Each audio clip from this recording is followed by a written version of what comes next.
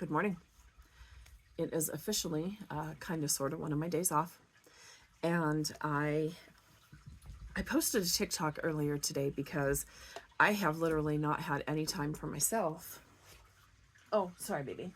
To do any readings, to unbox any new tarot decks. If you know me, you know I am an avid collector. I have well over 100 decks, and I have had some, this is a new space for me. I'm working on doing a new kind of a YouTube, TikTok area for videos. So that'll be coming up here hopefully within the next week or so. But so I had some time this morning and I wanted to sit down and actually interview a deck that has been sitting here that I have been dying to get since the first edition came out. So let's get started.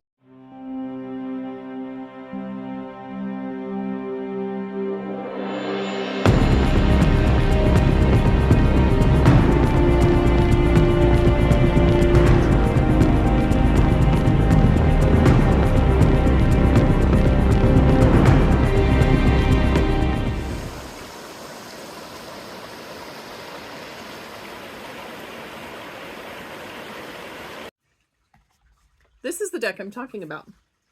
Bonestone and Earthflesh Tarot. I had been a stalker of Avalon's for years. I found the Hermit card on Pinterest. Loved the imagery, loved the artistry, fell in love with it, dove into, found her, followed her. She was in Australia.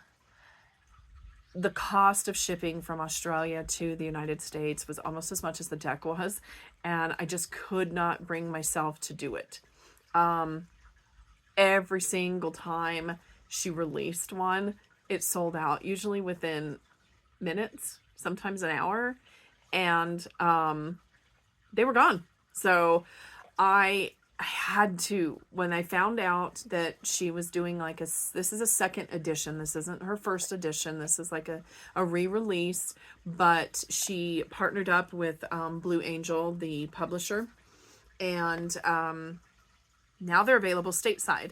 Now they're available through one of the wholesalers that I have for the shop. So I will be carrying these in the store, and I want to get into exactly why I love this deck. I started unboxing this. I got to the point that I pulled out the guidebook and said, oh, hell no, I got to do a video on this. This is so amazing.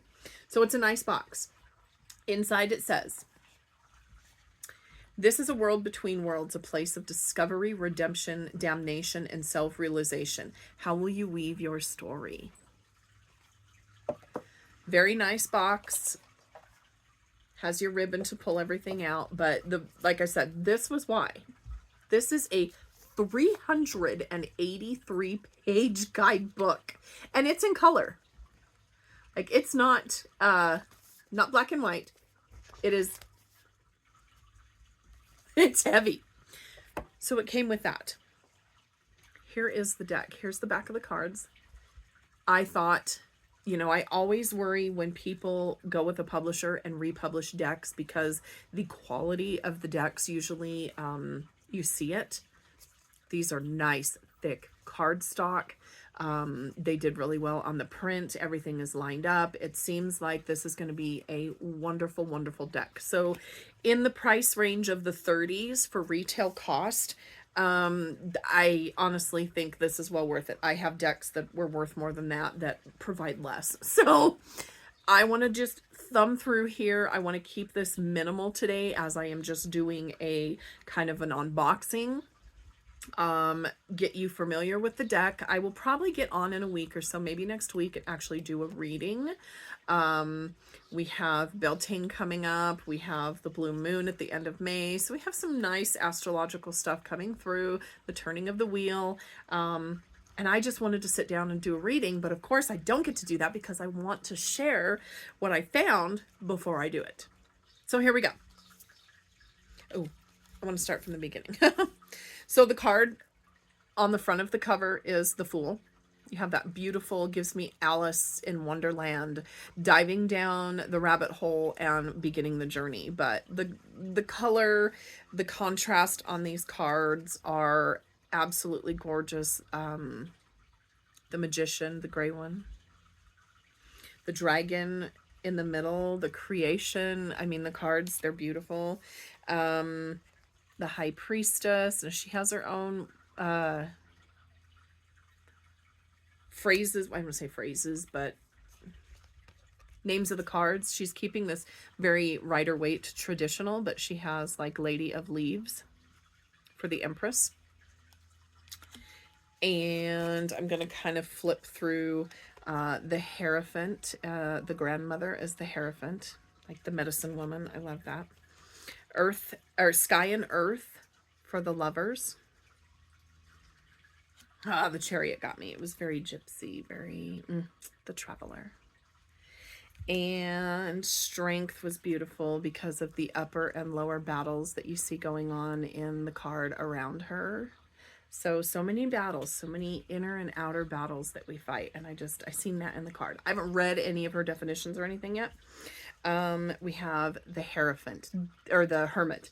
This was the card I fell in love with. This was the imagery I seen on Pinterest and was like, oh, holy crap, who does these cards? So I stalked her for a long time. I'm just really glad the Weavers as the Wheel of Fortune. Death, the Fallen Warrior. And we all know Conan and the Tree of Woe and the story of that. Well, this, I think, originated from Odin the Allfather on the tree that he was hung on. So the Hangman, that's perfect. I'm going to, like I said, the Mighty Oak, the Tower card. I love the trees. The Devil. I have someone, a friend of mine who Medusa has been stalking lately. So guess who Medusa represents? The devil. You're going to love this. You're absolutely going to love this. Okay, so Temperance. We have the Hourglass. Okay, I got to speed this up. The Sun. Oh, there's the Beltane. There's Beltane.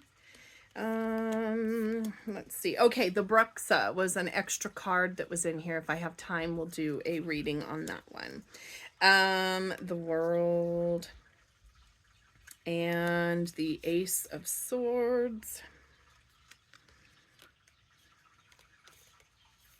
And I think we all know the Three of Swords. And 5, 4, 7 of Swords. Like I said, it cut me off earlier, so I had to redo this, and it's making me mad now. The 10 of Swords. So very, very traditional. So I like it. I love the King and Queens that she did. So the King and Queen of the Swords, we have the Morrigan and King Arthur. So I thought that was really cool. And every king and queen in here was so fitting. The Blood Moon for the Ace of Cups.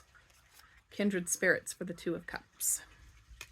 The Cauldron Sisters for the Three of Cups, which I love. Let me get through these because I want to... Nine of Cups, Peacock Queen, and the Elixir of Life. The colors are beautiful. Lady of the Lake, Knight of Cups. And Poseidon, the King.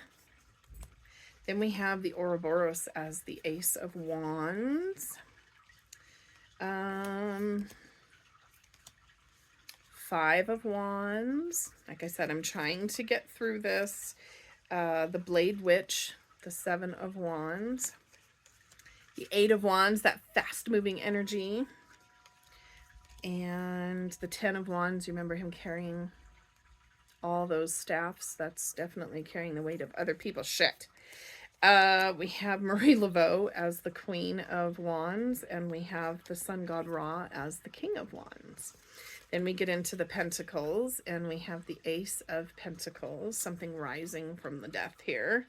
The Two of Pence, the Three of Pence. These colors are beautiful. Seven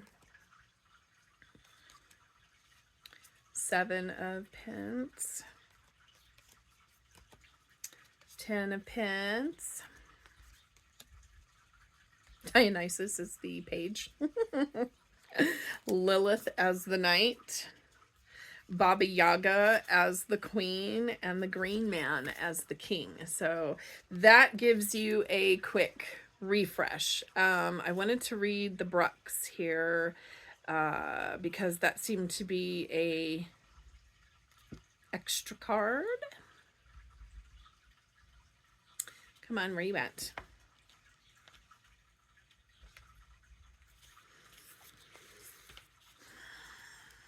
All right, the Bruxa. In a reading, the Bruxa brings a message of daring surrender. She asks you to shed your ego, strip down your soul, and dare to be authentic in seeking change. She is a diviner and an advocate for the seeker in times of unassured footing. When you feel ground falling beneath you, seek her out. She'll hold your hand through the path of thorns. She holds the map and the torch while offering help to those who are willing to help themselves.